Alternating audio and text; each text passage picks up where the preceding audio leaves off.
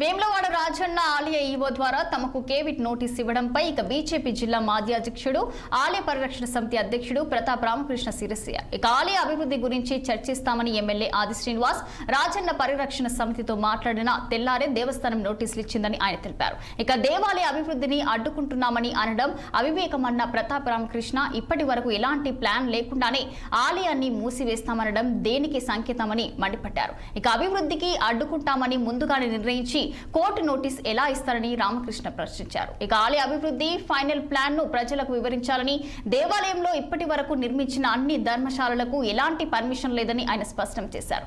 అన్ని నిర్మాణాలపై కోర్టుకు వెళ్తామని హెచ్చరించారు ప్రతాప రామకృష్ణ. రాజన్న పునర్నిర్మాణం పేరుతోనే విస్తరణ పేరు మీది దాదాపు నెల రోజుల నుంచి కూడా ప్రభుత్వం ఏం చెప్తుందో మీరు చూస్తూ ఉన్నారు. మేము అడిగిన డిమాండ్స్ చూస్తూ ఉన్నారు. మనం అడిగింది ప్రతిసారి వారు అభివృద్ధి అడుకుంటారు. అభివృద్ధి అనేది ఎక్కడ సాధ్యమైతే చెప్పాలి ఒకసారి. అంటే అభివృద్ధి అంటే ఏంది? కేవలం వాళ్ళ ఆలోచనకు అనుగుణంగా రాజరాజేశ్వర స్వామిని, దేవుణ్ణి, శివుణ్ణి భక్తులకు దూరం చేస్తే అభివృద్ధి, దానికి సమాధానం చెప్పాలి. మొన్న కూడా స్థానిక విప్ గారు మాట్లాడాల్సిన దాదాపు చెప్పినాం. మా అభిప్రాయాలు కూడా సాఫ్ట్గా చెప్పినాం. తర్వాత కూడా మళ్ళీ ఫస్ట్ నాడు పరిరక్షణ సమితి సభ్యులతో కూడా మాట్లాడుతుందని చెప్పినారు.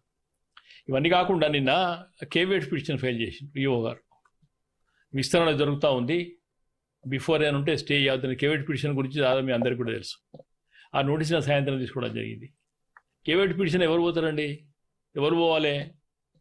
నిజంగా కూడా నీకు రినోవేషన్ చేయడానికి ఇప్పటికి ప్లాను రెడీగా లేదు, ఏది లేదు, ఒక మ్యాప్ లేదు, ఏం లేదు, ఆలోచన లేదు. ఏదో ఖాళీగా పోయి గవర్నమెంట్ ప్రభుత్వం చేతులు ఉంది కదా, మా డబ్బు ఖర్చు కాదు కానీ దేవాలయంకి వెళ్ళి వాళ్ళు నిన్న నోటీసు పంపడం ఎంతవరకు సమంజసం కూడా ఆలోచించమని చెప్తా ఉన్నాను నేను. ఇంకోటి కాకుండా కేవిట్ ఎవరు ఇస్తారు? నీ ప్రెమిసెస్ దాటి బయటకు వస్తూ ఉన్నావు. ఇప్పుడు వాళ్ళే అవకాశం.